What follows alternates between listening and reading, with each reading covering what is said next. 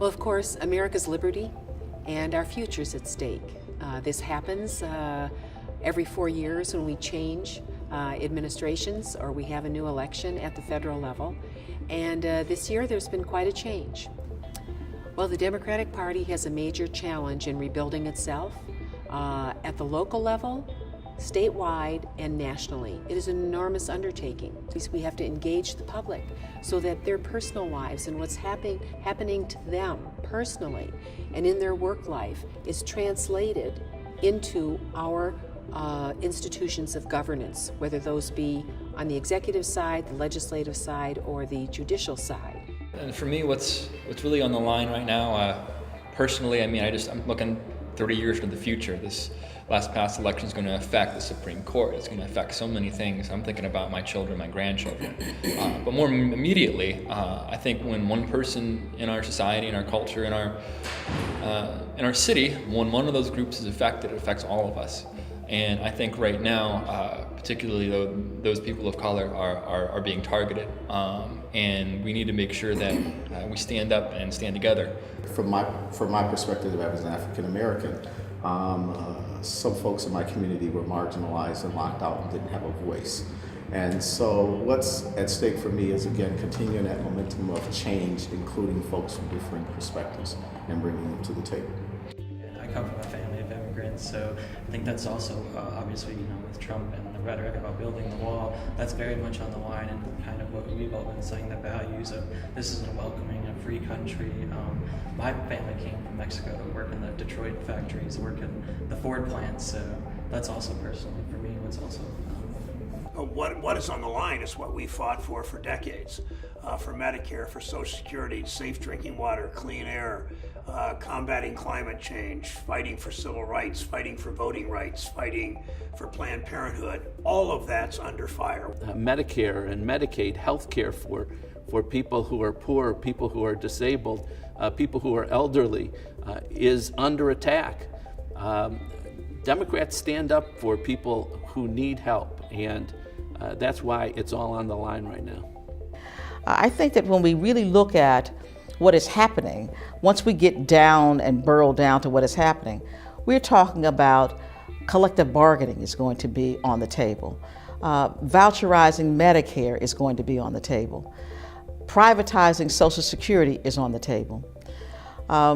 Block granting Medicaid is on the table. I think there is so much at stake that we need to pay attention to what is going on and let our voices be heard. We have to get away from this being so paralyzed because we're trying to serve everybody that we become indecisive and we do nothing because we're trying not to offend anybody. If you're going to make decisions, and they're difficult decisions to make, somebody's going to be mad. And we have to establish who we are as a party and what do we represent, and we have to stick with it, as opposed to just being wherever the wind goes. For me, I mean, we could talk more about what's on the line because there are so many things on the line, right? Or we could go ahead and move to what should be our strategy going forward.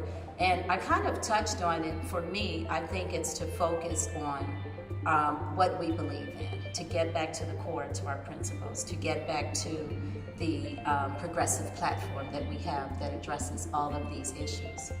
We will glean the wrong lesson from the debacle or from the election of 2016 if we think that we need to go further to the left or further to the right. I think we stand on our principles, we stand on our integrity, and we move forward as a community and as a nation, not what's best for one of us, what is best for all of us. We're at a great time right now because this administration has caused so much anger and movement and organizing that I've never seen before. So if we don't capitalize on this now, if we don't start reaching out now to our local elected officials, writing and calling our elected officials on the state and U.S. level, which I've been doing every day since Trump took office, if we we don't start that now, we're going to lose this wave, and then we're gone, and then we're back to the old way of doing things. So the first thing that the Democratic Party needs to do, strategy-wise, in my opinion, is take advantage, full advantage of the anger and everything that we're feeling right now, and put it into something constructive. What I tell people right off the bat, usually, if they come to us asking, is one, are you registered to vote? Before we can even talk, let's get you registered to vote and have that out of the way. And then call your council person. Find a reason, whatever you want. Maybe just to say hi, I want to have coffee. Call your council person. And once you've made that connection, then we can start sort of building from there. But they really need to get involved. Excellent, at that local level. Yeah, the most important thing to do is to keep the calls and the emails and the letters coming to my office and Senator Portman and the House delegation. Make all of us understand that the majority of people in this country don't want to go this way of privatizing Medicare and rolling back civil rights and in attacks on our way of life and our values and a clean environment and in stronger, healthier cities. And this whole agenda they have is so out of step with the American public. It's up to all of us as activists to make sure Congress hears every day how out of step they are with American values. I would say, first of all, have faith in the American people. I do. The first three words of the preamble are, we the people of the United States, in order to form a more perfect union.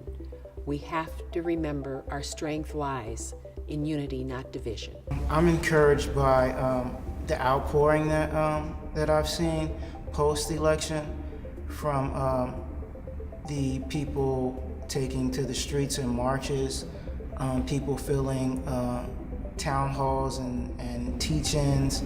I was at some of the Senate confirmation hearings, and it was packed. I think that right now in this moment you have so many Americans who are engaged and willing to speak up and to speak out and to work for what they believe in. It's extremely encouraging.